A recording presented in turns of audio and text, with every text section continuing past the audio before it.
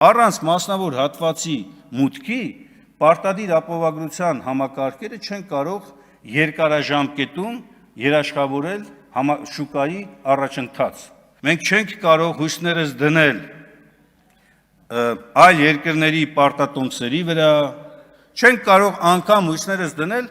պետական պարտատոմսերի շրջանակում ժամանակավոր պարտք վերցրած այդ միջոցների վրա։ Ի վերջո ինչ է կատարվում։ Պետությունը օրենքի ուժով պարտադրում է աշխատողներին, որպեսզի նրանք կուտակեն իրենց կենսաթոշակային միջոցները, դրանք պետության սեփականությունն են դառնում։ Քաղաքացիների սեփականությունն են, որը հետաձգման եղանակով պետք է որոշակի տարիներ հետո տիրապետեն իրենց սեփականությանը, բայց մինչև այդ տարիները հասնելը, մինչև թոշակային տարիքի հասնելը, այս միջոցները դառնում են պետության սեփականությունը։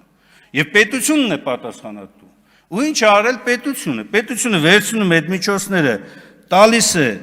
կենսաթոշակային ֆոնդերին, դրա դիմաց կատարում է վճարում, որպեսզի այս ֆոնդերը կառավարեն, հետո գնում է այդ ֆոնդերից, մի հատ էլ փող է տալիս, ասում է կտաս ինձ պարտքով այդ փողը։ Դա ասում է, որ մեր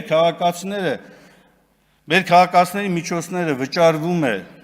համ միջոցները կառավարելու, համ այդ միջոցները պարտքով հետ վերցնելու համար։